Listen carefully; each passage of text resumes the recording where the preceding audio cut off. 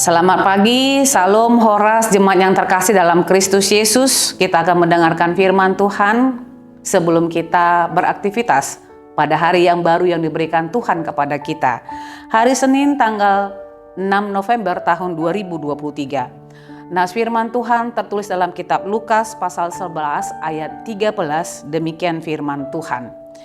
Jadi jika kamu yang jahat tahu memberi pemberian yang baik kepada anak-anaknya, apalagi Bapamu yang di sorga, Ia akan memberikan Roh Kudus kepada mereka yang meminta kepadanya.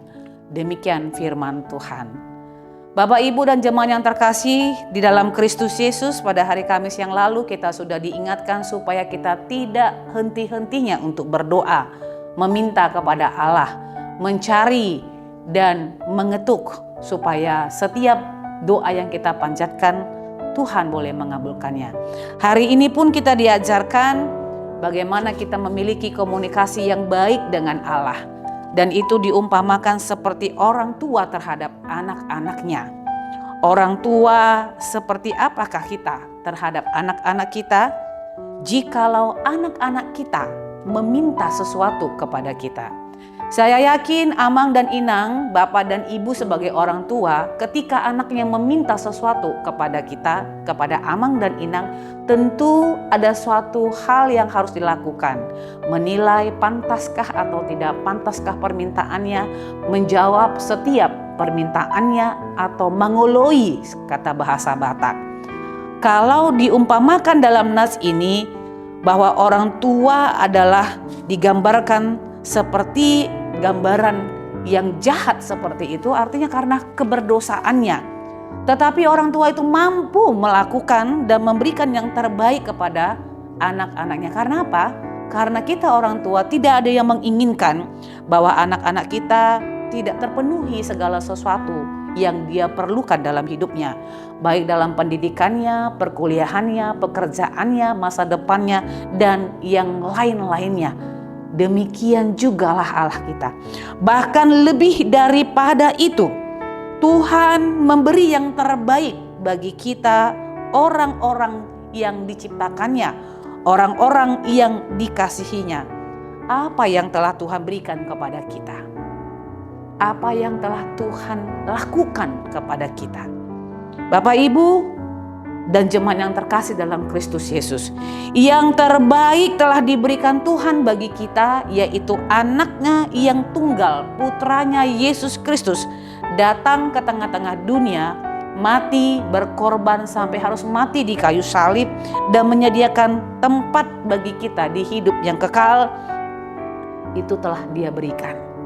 Dan hari ini kita diingatkan, tidak hanya putranya, tetapi setelah masa kebangkitan Yesus, setelah Yesus naik ke surga, Yesus pun memberikan, menjanjikan, dan memberikan Roh Kudus kepada kita. Dan itu telah kita terima pribadi lepas pribadi. Apa fungsi Roh Kudus dalam hidup kita? Sehingga itu merupakan suatu pemberian Allah yang terbaik. Roh Kudus adalah sosok Tuhan yang akan menuntun, memelihara hidup kita di dunia ini, di mana kita akan mampu untuk boleh membedakan mana yang baik, mana yang jahat di tengah-tengah kehidupan kita. Sebab itu terimalah pemberian yang terbaik yang telah Tuhan berikan kepada kita. Kita dapat meminta pada Bapa dengan yakin, karena kita tahu Bapa kita yang di surga melalui Roh-Nya yang kudus, Dia lebih besar daripada kita manusia yang bercela ini. Seperti itulah jauh lebih baik pemberian Tuhan kepada kita. Karena itu terimalah dengan iman, karena itu adalah pemberian yang baik, bahkan sangat baik, sangat dahsyat, mahal, dan itu tidak terhitung harganya. Selamat menjalani kehidupan yang dianugerahkan Tuhan hari ini. Selamat beraktivitas. Tuhan Yesus memberkati kita semua. Amin. Kita bersatu dalam doa.